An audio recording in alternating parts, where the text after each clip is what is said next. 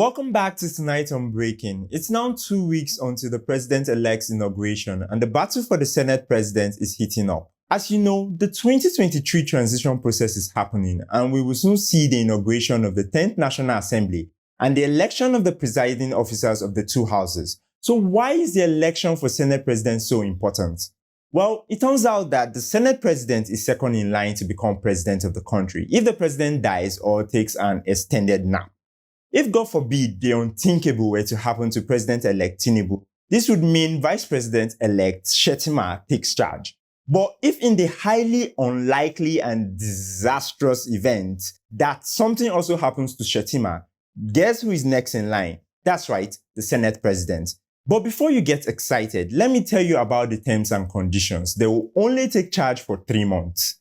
You see, our constitution allows the vice president to finish the tenure of the president. But if the Senate president is a successor, then they shall hold the office of president for a period of no more than 3 months, during which there shall be an election of a new president.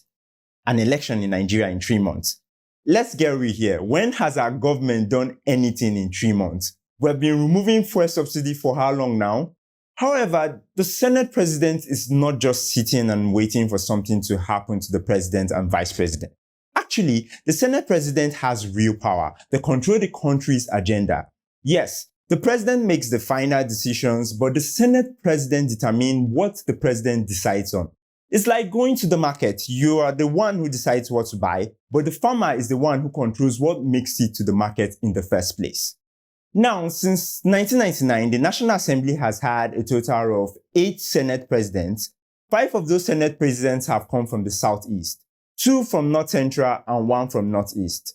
As of Tuesday this week, it looks like the leading candidate for Senate president is Godswill Akpabio from the South-South and his deputy Barrow Jubrim from the Northwest. Still in the political space this week, there's drama coming from the Presidential Election Petition Tribunal Court. As you all know, the losers of the 2023 presidential elections have filed petitions to contest Tinubu's victory. Now, according to our laws, the election tribunal must deliver its judgment within 100 days from the date of filing of the petition. This deadline is strict and cannot be extended. The petitions were filed back on 21st March. 180 days from March 21st is September 17th. That's the deadline for the tribunal to pass its judgment. But this tribunal is not in a hurry. They are going to use every single day of the allotted 180 days. On Monday this week, the court finally kicked off its pre-hearing phase, 48 days after the petitions were filed. Again, they are not in a hurry. Anyway, let's run through the highlights of what has happened this week.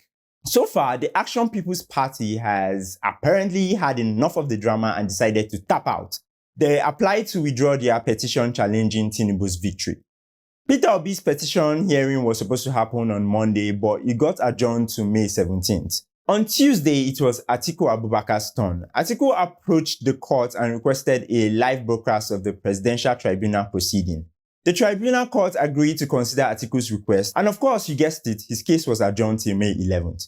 You know what they say, time waits for no man except for Nigeria's election tribunal. Moving on, so it seems like the Dangote Refinery is finally ready to take off in theory. What is a theoretical takeoff, you ask? Well, it's like when the tailor says that he can make that exact dress in that photo. President Buhari is set to cut the ribbon and inaugurate the 650,000 barrel per day refinery on May 22nd.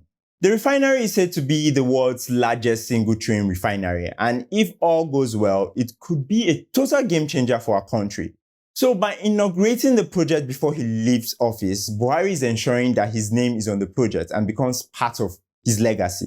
He's basically saying, hey, look what I did. But here's the thing, it's not clear to us when the facility will actually start refining oil. In theory, the ribbon cutting says it should, but what about reality? They are planning on removing fuel subsidy in June. The rest of us don't really care whose name is on the refinery. Put whoever's name you want, just get us cheaper fuel that we don't have to be importing. That's all we really need. Finally, our president-elect Bola Ahmed Tinubu has once again taken to the skies and flown off to Europe. But don't panic, he's not resting this time.